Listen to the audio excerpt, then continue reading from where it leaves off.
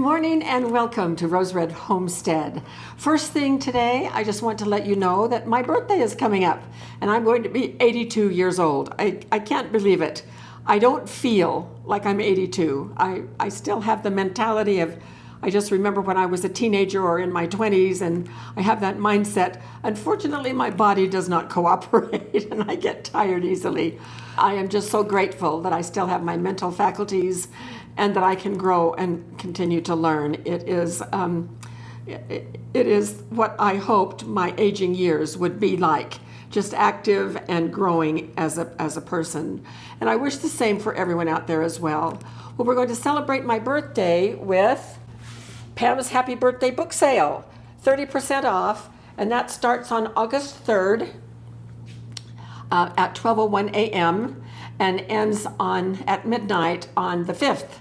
So 3rd, 4th, and 5th of August are all three birthdays. Mine is the 3rd. My grandfather's is the 4th. He always called me his favorite birthday present. And my grandson is on the 5th. So we have 3 generations of birthdays on the 3rd, 4th, and 5th. So everything in our bookstore is 30% off. So today, we are going to do something just a little bit different. I've talked about this, I've voiced it, but I have never actually shown it. And today we're going to take a traditional recipe and we're going to go through the explanations of how to do this 3 different ways. It's going to be a tortellini bake, and it is really delicious. When we have recipes that are traditional, it takes advantage of the way that we always cook. Usually the traditional way just takes a little bit more fuss, as it does in this recipe, although I've tried to kind of cut things down as we go so that we don't make such a mess. So this is going to involve some sausage, and I'm just going to pull this over a little bit. This is our butane. This is our traditional baker. This is what we're going to bake it in. But I also have here a 12-inch cast iron, and I have the 2 pans that came with our solar oven. And so this recipe can be made these 3 ways. Now, I'm not going to do 3 recipes of this for certain. We're going to do it in the traditional way because that takes the most fuss, but I'm going to show how we cut down on that fuss for using here and here. The day may come when when the grid goes down for maybe a long time and we have to make some adjustments in how we do our meal prep. Now, I have full confidence that all of us will be fine with that if we have prepared a few things in advance, and that we will be figuring things out right and left on how to do things. And sometimes it may take an experiment or 2 to figure out how to get a better result in one of our redundancy ways of cooking off-grid. We're trying to flatten that learning curve for everyone by showing a lot of the different ways that we can cook off-grid and adjustments that you need to make. But I have never taken one recipe and then had 3 sets of instructions for how to do it traditionally in a baking dish in the kitchen oven, how to do it in the solar oven, and how to do it in a Dutch oven. Now, we have recently published a book on Dutch oven cooking, and we go through a whole lot of recipes and methods for using Dutch ovens. And since our sale is coming up, that may be one that you may want to take a look at to add to your preparedness efforts, so that, and also have at least 10-inch or a 12-inch Dutch oven as a start, if not more. So today we have some decisions to make in how we're going to put together. This calls for a pound of sausage. Now, I have canned sausage. You can pressure can sausage provided it is fresh and not smoked or anything else to increase the density. It needs to be fresh. And you can do it in crumbles, just like hamburger. I have done this in pints. We have a video on this. In fact, I think I'll link the video here so that you can see how we canned this sausage. I've done it in little patties, and I actually used this ring as the mold for for getting this patties done. But there's a process. Now what I would do if I were going to be using the sausage, I have the option here of having already cooked, ready to go sausage for these recipes, or I have a pound of fresh sausage. Now for the traditional today, since I'm going to show the one that takes the most fuss, which is the traditional, I am going to use this. I had a little bit more than a pound, so I used part of it, but this is 1 pound that is left, and I'm going to use this in our recipe today because I'm going to be doing the traditional.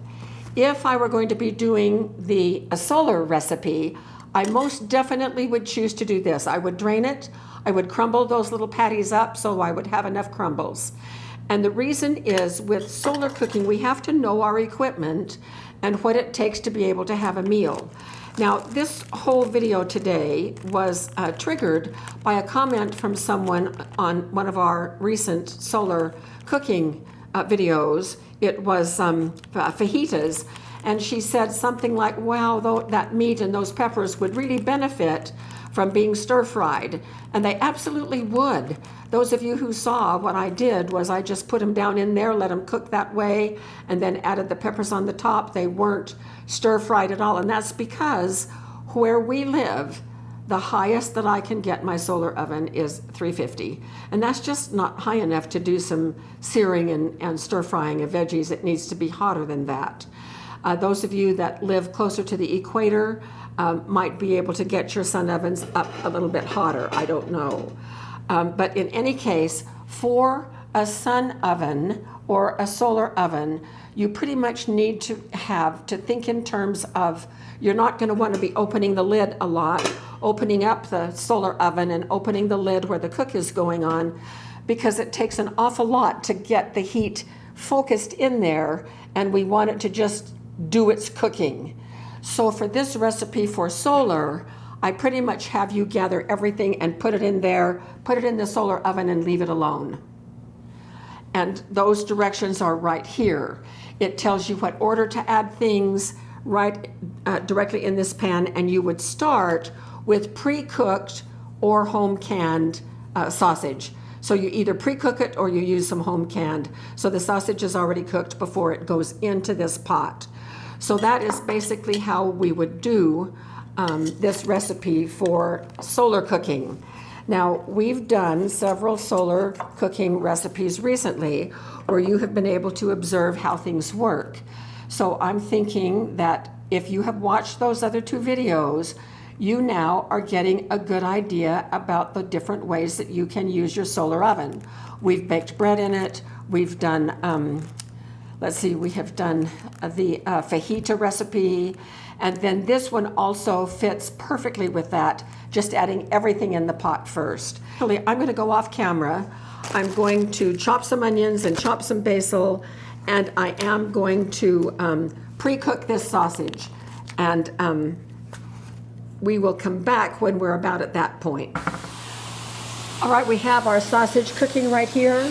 Now, we would want to do this first if we're going to go in the solar oven. We can do it right in instead of doing it separately the way I'm doing it here. You put this Dutch oven over the fire, get it all hot. You can cook your sausage right in the bottom and then add onions like I'm going to do right now and finish cooking. Now, because this is going to be going in the oven for a while, the sausage does not need to be all the way done. It helps if it's all the way done here, because essentially all we're going to be doing here is heating everything all together and cooking the pasta in the sun oven. So it helps to have the meat already done. So we're just going to give this another light cooking until these onions are a little bit translucent, and then I will bring you back. All right, I'm giving you a little bit of a close-up. The onions are translucent. I have added the Italian seasoning, the salt, and the garlic, and I'm going to stir that together. So we stir this together, and this would be the same, very same thing in the Dutch oven. You would be stirring all of this together. Now, you could do this much with the solar, Or you could just put the cooked sausage in the bottom, add the onions and everything else. The onions would be raw, but they will cook because solar is going to take a much longer time than the other methods are. So they would have plenty of cooking time. All right, so this is exactly the consistency that I want. It's all mixed together. So I'm going to be turning the heat off. Now, this becomes our mixing bowl to mix most of the ingredients together, and then we're going to pour it into our baking pan. I got the recipe from online and I made some adjustments to it the way I always do. So I'm giving you my recipe, but I'm also linking the original recipe. It was called $1 Million Tortellini Bake. And the way they do it, it looks absolutely beautiful. When we do things off-grid, sometimes we don't have that option to have things look as beautiful as they would in a traditional type setting. So I have some home canned marinara sauce. I have 4 cups. It calls for 3 cups plus a can of tomatoes. I am eliminating the tomatoes and I'm just going to use this homemade sauce.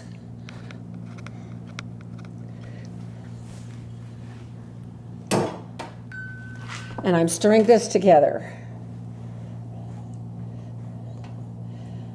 With the heat off, this is just now a mixing vessel.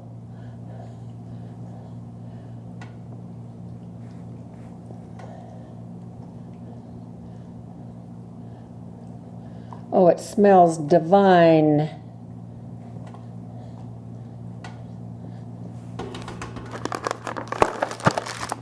And now I'm going to be putting in this mixed cheese fresh tortellini. Now, we keep this in our freezer. I buy them and put them in our freezer so that we have them in our level 1. So this could also very easily be a food storage meal. I'm not putting it in our food storage meal collection. Oh, I've got to get scissors. But it will be listed just right below in our recipe section on our web page. Somebody asked me the other day that I can't find your recipes on your YouTube channel. That's because they're not on our YouTube channel. They're in our regular web page. Okay, these are going in. And this is a 20-ounce package. And at the same time, I'm going to be stirring in the fresh basil, just folding it in. Now this again is just mixing.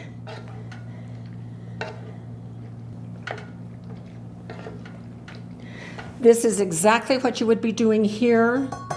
In this one, you would be doing all of your mixing in this container.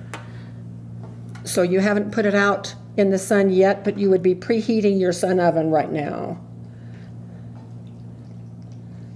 All right, now I'm going to move some things aside so that we can then see what happens next. To spray this with some cooking spray. And now I'm just going to dump this right in.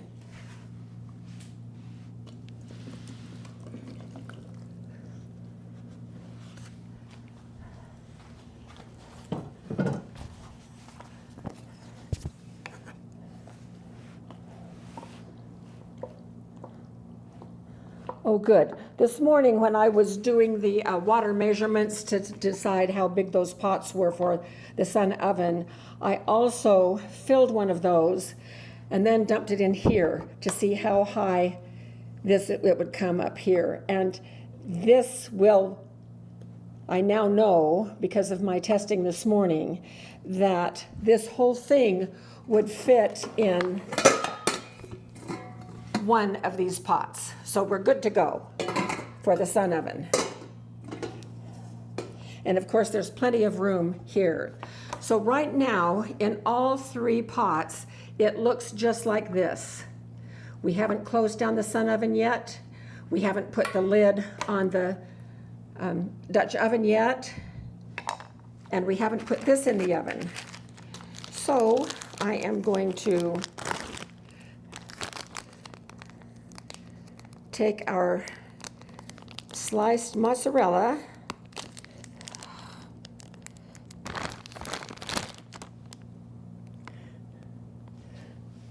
Now, in the original recipe, they had dollops of this cheese, but it wasn't slices like this. It looked like maybe they had done this to it. But I'm just going to sort of tear this cheese and put it around on the top so that it will not be all uniform. I kind of like eclectic sort of things. And we need to do about 8 slices. If we want, we could use less if we want. I think I'm going to call it good after this one.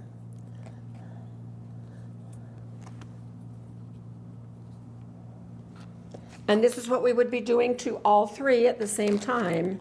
And then here's some of our Parmesan. I package it in half-pound packs and freeze it. This is about 5 years old in the freezer, and it does just fine. This is shredded Parmesan, not grated. This is about 2/3 of a cup. All right, once we have done this to all 3, this goes in the sun oven. This is already over the fire, so you put the lid on and just continue cooking it. And this goes in a 350 preheated oven. So we're going to do that. My oven is ready. I'll put it in, and it bakes for probably 40 minutes, 45 minutes, until the casserole is nice and bubbly and the cheese is all melty.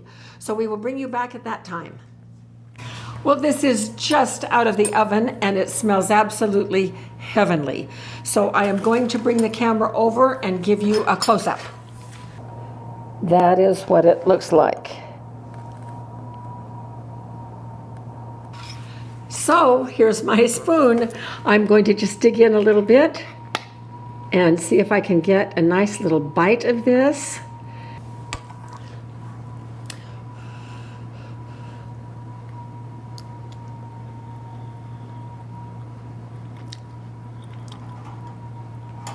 Oh,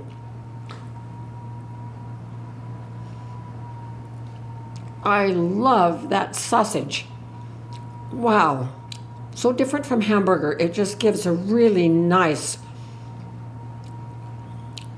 pop to your taste buds. Some of these on the top didn't quite get soft. They're done, but they're not soft. The ones underneath are. Perhaps that can of tomatoes added a little bit more liquid than what I put in, and so next time I do this with one of my jars of marinara, I will probably add an extra cup of water so that it will make sure that the tortellini gets all the way done. But oh, it is lovely, lovely, lovely. Now this is way too much for Jim and me. We would be eating this until Christmas. So what I'm going to do is, after it completely cools, I have this size of a freezer container. I will cut this in half and carefully lift it out and put it right in here with a lid, label it, and put it in the freezer for our level 1. Now, half of this is going to give us 2 meals. So this will be 4 meals for Jim and me, and maybe even a little bit more. And so it's very nutritious. It has all that good stuff in it, and it is a lovely filling meal. So also, it would turn out very similar in the Dutch oven. In the solar oven, it probably would be a little bit juicier, just because that's the way the sun oven cooks. And in either case, in any of the 3 cases, it will be delicious. It may not look exactly like this, but the taste is going to be great, and our families will not be disappointed. So I hope this has been helpful. Let us know what you think about talking through 3 different ways how to cook something. And if that is helpful to you, we will continue doing it. So thank you so much for being with us. We really do appreciate you. And we will see you very, very soon for more videos.